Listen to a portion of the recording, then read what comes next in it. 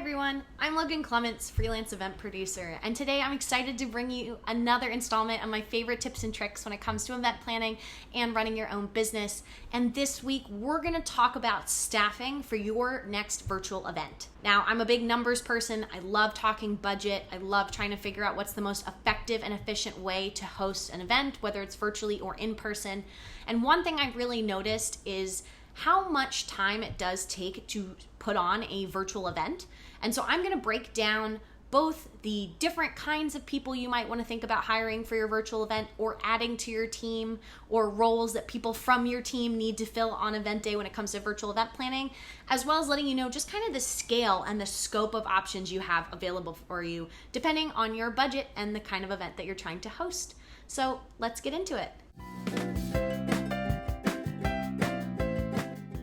Before we get started, I do want to remind you, please like below, hit that notification bell so you get notified every single Monday when I drop new videos.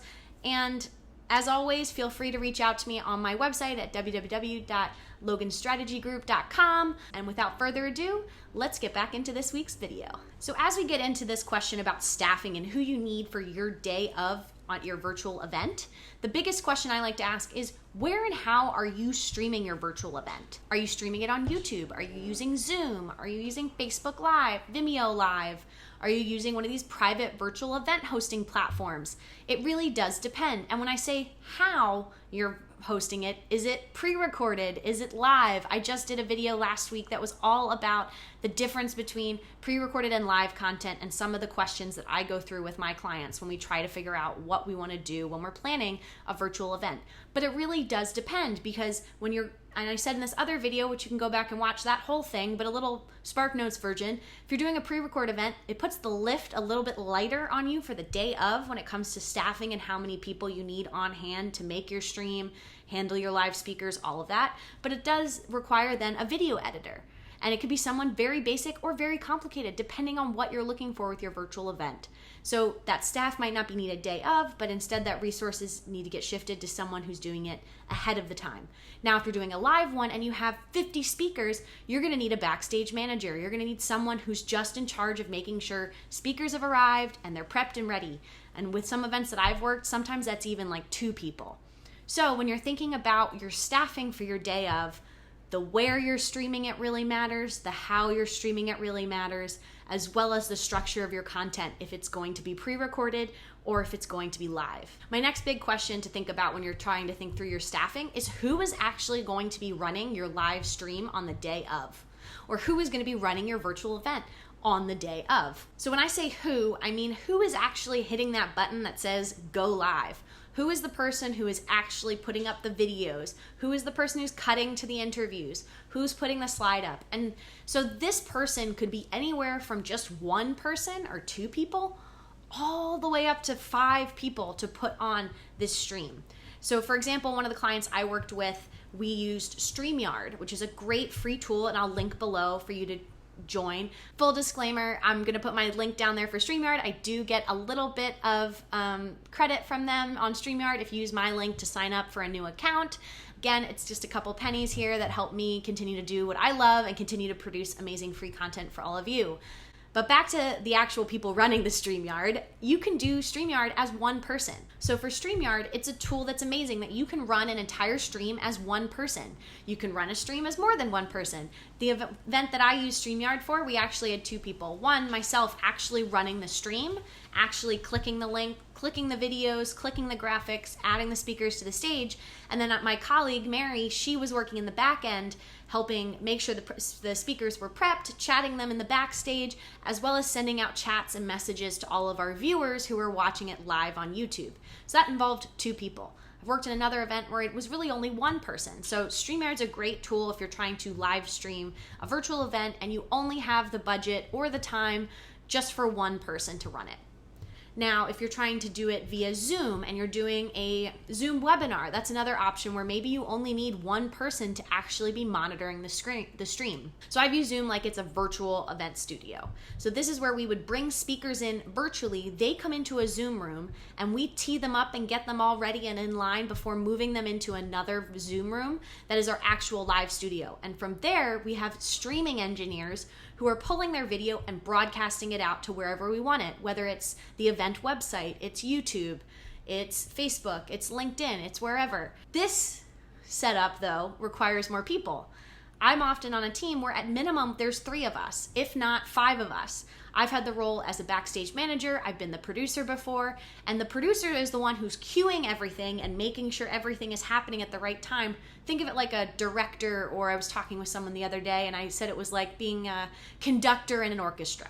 And so you have to have all of these key instruments, you have to have all these key players to make a beautiful sound, but you also need the conductor to let them know when to come in at the right time. And if they're rushing or going too fast, the conductor slows them down a little bit. If they're dragging a little bit, the conductor speeds them up. It's the same thing with a producer. And so depending on the tech, sometimes you as the producer can run the stream yourself, one person. Sometimes you need, based on how many speakers you have, you need a second person as an assistant or a backstage manager to help manage those speakers. With this more elaborate Zoom setup, you definitely need a streaming engineer, which is somebody who knows how to use broadcasting software like OBS, like it's Open Broadcast Software. I'll put the correct name under me because I always get it mixed up if it's systems or software. But it essentially allowed you to pull multiple video feeds from multiple places, create scenes, do really cool graphics.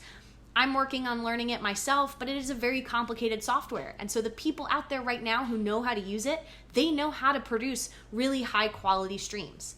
And so for something like this, where you're having multiple speakers, video, you're streaming to specific places, often you need more than 2 or 3 people.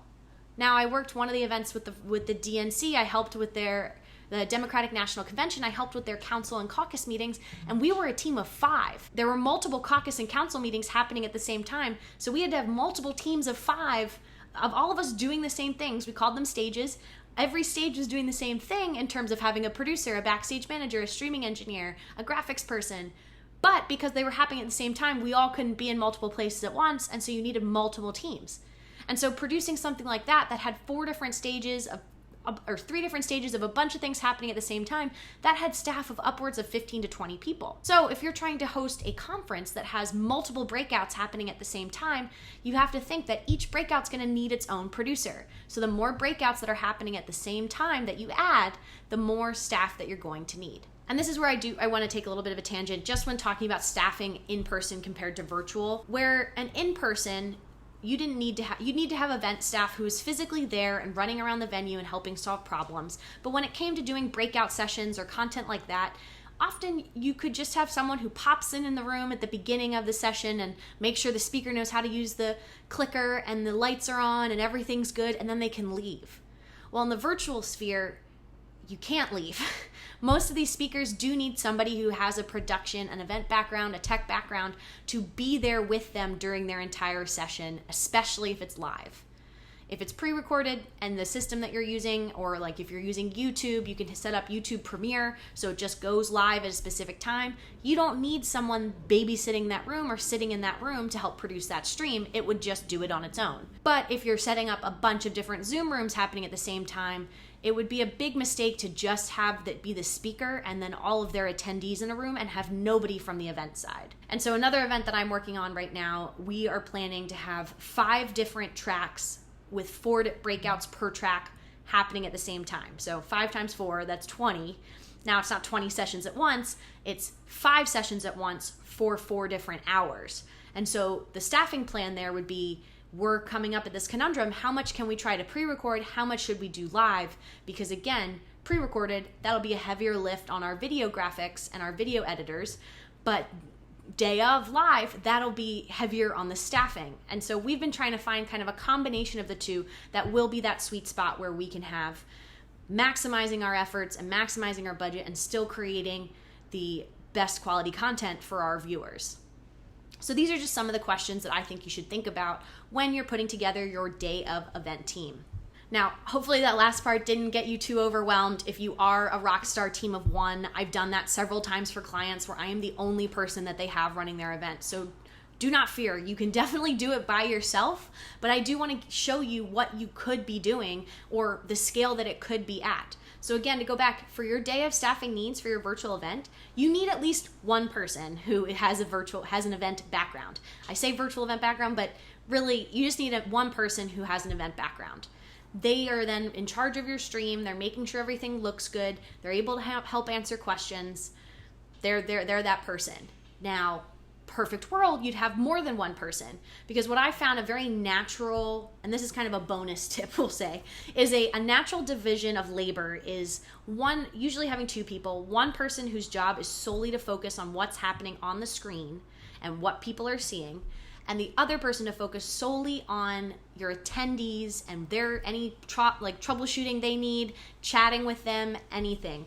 Because often if you try to do that all as one person, it's doable, you can do it, but things might happen or fall through the cracks because you're spread too thin. And so often having one person who focuses on making sure the videos look good, speakers look good on screen, everything's moving along, and the other person is checking, oh, are we getting emails because people can't find the link to join for our virtual event? Oh, someone has a question in the chat about where to learn more. That person is just focused on the attendee experience. And so having two people tends to be kind of the sweet spot. I found no matter if it's a really small event to a really big one, if it goes really, really big, definitely need to have more than one. And if you're thinking about having sessions and things happening, especially if they're happening live at the same time, meaning you have two separate things happening at the same time, you're going to need to double your team. Because asking your team to cover two live virtual events at the same time, as much as I'd love to say we're all Wonder Woman and Supermans that we can run around and be in multiple places at once, we can't. And it's a lot easier to have somebody already staffed, already in charge of knowing, hey, this is my stage, this is my event, I'm in charge of everything that happens in this sphere, than trying to run around and split your time amongst different rooms. And yeah, that's my biggest tips when it comes to staffing for your virtual event. Again, quick recap, I would really recommend you need a producer who is the main person producing your stream. It's great to have a backstage manager if you're having any form of a live element of live speakers coming in to interact and talk with people. It's really helpful to have a streaming engineer if you are trying to produce your stream to a custom website or really fancy graphics. This is someone who has a broadcasting background or live streaming background. And then other bonus people to have if you have the budget for it, video editors. If you're doing anything pre-recorded, having a video editor is super helpful to make sure everything looks branded, looks good, looks slick, and is all in the right format that you need based on where you're streaming your event. And last one would be graphics editor. You love to have someone who could create your graphics, your full screen slides that say starting soon, your lower thirds that say the name and their title for key speakers. Having that team of about 5 people is the sweet spot. Now, again, going back to it, as a solo person, you can do all of these things. Just know these are all of the hats that you will need to wear. So when you're thinking about timing, that's how much time it'll take you plus the roles of all 5 people versus dividing and conquering. And I have found really with the virtual events I've been working, if you are doing it from 0 to the end, it takes a minimum of about 100 hours for one person to do all of that on their own. And 100 hours can be conservative depending on the type of event that you're thinking about, but it does take time. And so if you are someone who works internally at a company and you're producing your first virtual event, you're going to be good to go. You can definitely do it on your own, but just think about where you could start to either outsource some work to people to get extra help, or just start carving out that time in your schedule and know that even though it's a virtual event, it's not in person, there are still elements that just take time. And that's all I have for you guys today. My name's Logan Clements, freelance event producer, and I'm so excited to bring you guys another installment of my favorite tips and trips when it comes to event planning and running your own business. Looking forward to talking to you next week. Bye.